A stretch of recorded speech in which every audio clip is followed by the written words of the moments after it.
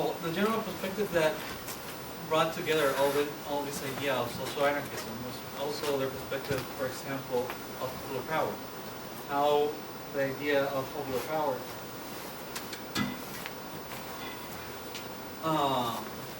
could actually bring further the social movement. Basically, this idea means that when you're constructing different places of participation, places of organization, and places where people can actually get together and fight further for things they need. This was actually being a power that would contradict the actual power that the establishment of the state and the capital. And basically, this idea would bring all together to form these mass movements that we try to bring forward. Well, mass movements is another thing that is very important, because we think that mass movements implicates that you need to form, for example, a labor movement where all the workers can reunite with, again, this subject, this idea that we're all workers together and we need to fight because we have similar problems and we have similar conditions. So that was something that was very important for us to make more even stronger the social movement that exists. Maybe create new ones. Maybe try to do things differently. Push further all these initiatives and all these different things. And the other idea that was strongly within this movement was the idea that we needed to insert principles and practices of the libertarian or the anarchist movement within the social movement, such as direct action, such as direct democracy and assembly organizing, such as understanding leaders as spokesmen and not only just persons in small groups making decisions. So these ideas were the general perspective that we tried to push forward within the social movements. And now particularly I want to talk a little bit about how we did that within the student movement in particular. In the dictatorship, there was something going on with the education, because they wanted to bring and open all these new markets that I was talking about. So one of the things that occurred within the dictatorship was the approval of the organic constitutional law of education. Basically, this law stated that the state didn't have any responsibility of educating the people, but it was the corporations that were now in charge of educating the people. So a lot of private universities started to blossom. A lot of private schools started to blossom. A lot of private with public funding also started to begin growing. But principally, it was the idea that education was something that could be sold, that could be bought. And for that, the only role of the state would be regulate this market, delegating the responsibility to these private institutions. And another very important thing that happened in those years was the creation of the municipal scholar system. Basically, meaning that the administration and the funding of schools would depend on the city halls. This saying that, for example, city hall that would have larger resources would have better schools, and city halls that would have lesser incomes would have more precarious schools. And that was something that was actually occurring when you could see people that live in poor neighborhoods having more precarious schools, and people that live in more richer neighborhoods could have public education with good quality at the same time. So basically what was happening in education, that public education was totally crushed, and private education, and I would say with a good outcome of high profits, but not for that being a better condition education was blossoming in Chile. You had private schools where, for example, they didn't have windows, they didn't have bathrooms, they didn't have ceilings, but they were private and people actually needed to pay to go in. So basically the system was designed to generating an output of workforce where you had all this all the schools for poor that were basically workforce, and then you have the schools for rich that were for bringing bosses and professionals within the economic system of extraction. So the student movement was in this context started a phase of resisting different liberal things that weren't implemented within the dictatorship, but within this transition period, where these same parties that say they were for democracy were trying to bring more liberal reforms within the educational system. So in 2001, there was a lot of protests. It was the first protest where secondary students, that would be elementary, middle school, and high school students, starting to organize in a different type of way. It started to organize not only with the leaders saying this day we're going to do a march, this day we're going to do something here, with this day we're going to do an intervention here, but actually doing assembly and base organizing, where all schools had their assemblies, and these assemblies after came together and made a global decision. So this type of organizing helped a lot of discussions to advance within the student movement. But it still was a phase of resistance. But these discussions finally brought out that the thing that was most important to attack as a student movement was the pillars of the neoliberal system. So actually in 2006, the mobilization took a turn into a more deeper strategy in trying to attack the pillars and attacking this organic law, this constitutional organic law of education. And that movement brought a lot of force, and after 2 weeks you could see all the schools of Chile were occupied, because there was a lot of force within this idea that we needed to attack not only the reforms but actually the pillars that are bringing this neoliberal system within. The problem there is that it was still a phase of resisting. Maybe resisting in a more deeper way, but we were still in this phase of resisting. So it wasn't until 2011 where a more offensive type of tragedy came upon us. When the movement, through long discussion and through long experience, finally realized that we needed to conceive education as a social right. And social rights, the concept of social rights is something very important, because it's not meaning only that, for example, it's a right that needs to be granted for everyone, but it's also a right that needs to be created and administrated by the people themselves. And this is an idea that we as anarchists push further within the movement against, for example, positions of the Communist Party, where they thought that education was only this public asset where people could ascend in the social stratus. So those are some types of things that happened, and it was very important because this was actually an offensive strategy in the sense that we actually were proposing something new. And with the idea that education was a social right, was accompanied was also bringing with this other idea that we needed to build what we call a popular project for education. Basically, an idea is to build a project that will bring a lot of ideas, not only of students, but of workers, of communities, all together to talk about education and to bring education to a sense that it actually can fulfill all the needs of the people, and not only the profits that all these companies and all these enterprises want.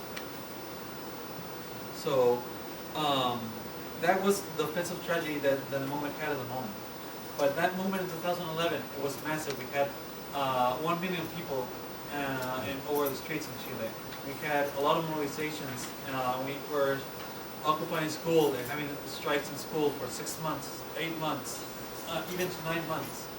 But it wasn't enough, because a problem that we as felt made a criticize about, and that was that this movement couldn't understand that we as students don't have a real impact in the economy, only as students.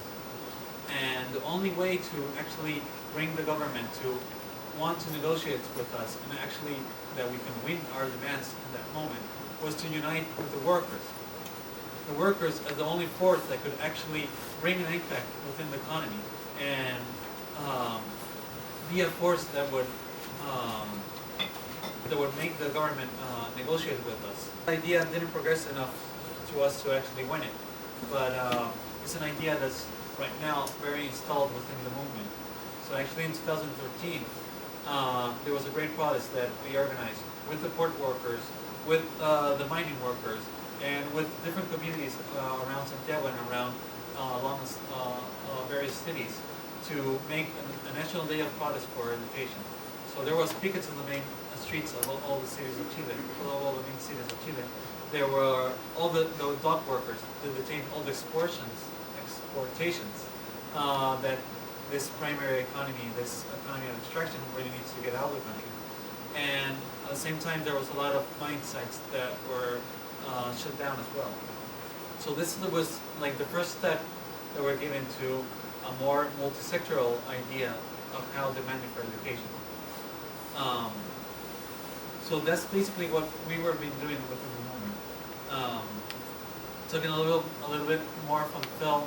This is a group that started in 2003 as an effort of anarchists and different anarchist student groups to reunite and really have an influence and a political line to give to the social movement.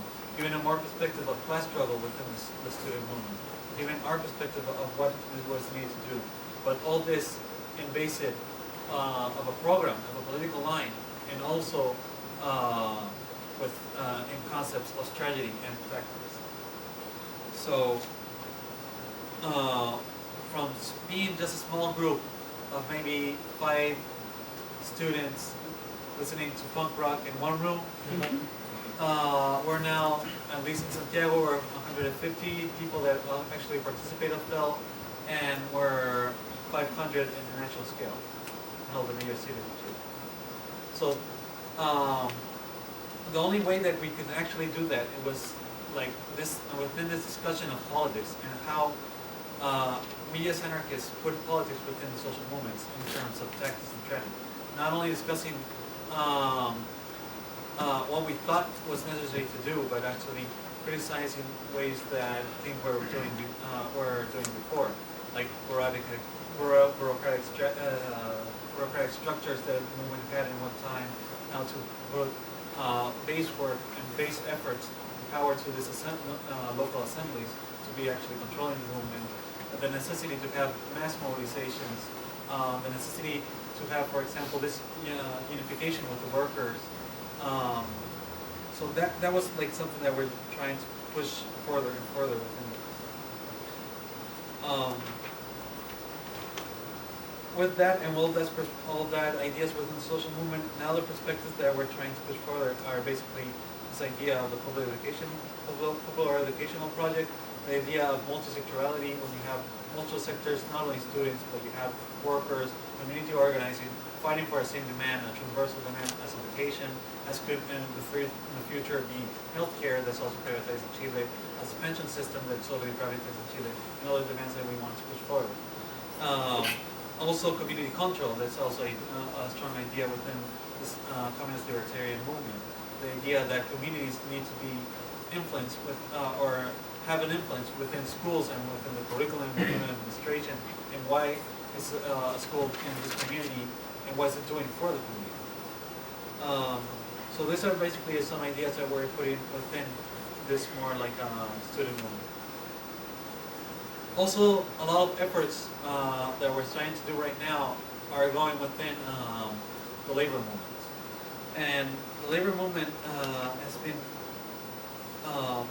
really smacked down because of all this neoliberal reforms. We have all the labor laws that exist right now don't allow, for example, collective bargaining if you have unions that are from different companies.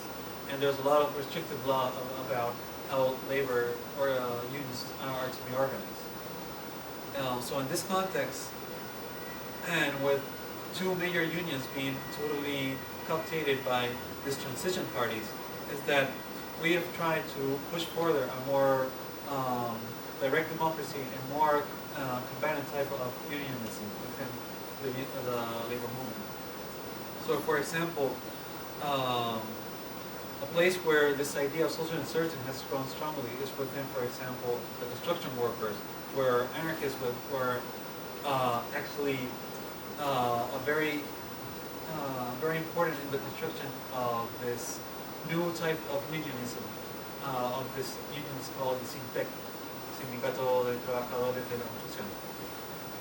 This union started very small, but it finally went big because it had a very strong conception of how you need to negotiate with other people, with the enterprises, with the companies, and with this idea of having a position of force, which you can actually have enough people, enough power to actually bring things to the table and to the company to accept them. Another place that we as anarchists have a lot of influence right now is within the dock workers that actually are in strike right now, having solidarity strikes in all the different ports only because one port is not allowed to have 1/2 hour of lunchtime. So things that we've developed within the dock workers is this idea of having a strategy that solidarity can actually bring power. When you have different ports acting all together, and that could help them to actually win their demands and be together. Also, this idea that this union that's been built, La Unión Portuaria, is not within the legal framework of the unions that exist right now. They actually work as an illegal organization, making illegal strikes. As in general in Chile right now, you can see that illegal strikes have been growing because of this restrictive type of legal laws, of labor laws, and where you have this concept that you need to have solidarity within this same framework of work. So this is also in the idea that not only workers that have a contract are participating of these unions, but also workers that don't have a contract or just like temporary workers are also integrated within this movement and participating within this unions and within this struggles that's going on and within the strikes and whatever. Other initiatives that anarchists have had is, for example, within community organizing, with a lot of neighbor types of organizing. Chile has, like I was explaining before, because of the dictatorship and because of all the shift in the framework of the economy, has a lot of housing problems within the neighbor cities, and we have like this two subjects that we're trying to bring together and to force together to make a movement. We have people that have a lot of debt because of their housing mortgages and things like that, and also a lot of people that live, let's say, like 5 or 4 families within only one house. So that's a movement that we're trying to bring together, and actually through direct action, through anarchists being leaders of some of these movements, a lot of houses were finally given by the government after terrain occupations and things like that. So that's another effort that we're trying to consolidate in this moment and trying to bring further. Another type of organization, maybe you saw some of the photos, are also, for example, the muralist brigades that right now are trying to consolidate not only this idea of having like strong politics and things like that, but also having a cultural movement that will bring, for example, social struggling, this idea of having political convictions within the movement, all this together in a cultural movement that will actually people could relate to. Let's say here we have a mural that commemorates, for example, one struggle, another struggle that would happen in another place, and this all bringing a correlation of a culture of social struggling. There's a lot of different initiatives that have been growing within the later years. Feminist groups also have been constituted in the later years, and basically what we are processing now is a great time for the anarchist movement, where a lot of movements are growing, a lot of movements are beginning to emerge, and a lot of different organizations are being destroyed. Phil, for example, just reached its 10th anniversary last year, and it's been a long trajectory with a lot of discussions, a lot of inner discussions, a lot of discussion of what to do with the movement, a lot of strategical discussions. But basically, this is the idea that just gave like a framework that what's happening right now. So, thanks you for listening, and I hope that this will be like not only like something you like, but also like something that you could be actually useful for your movement. So,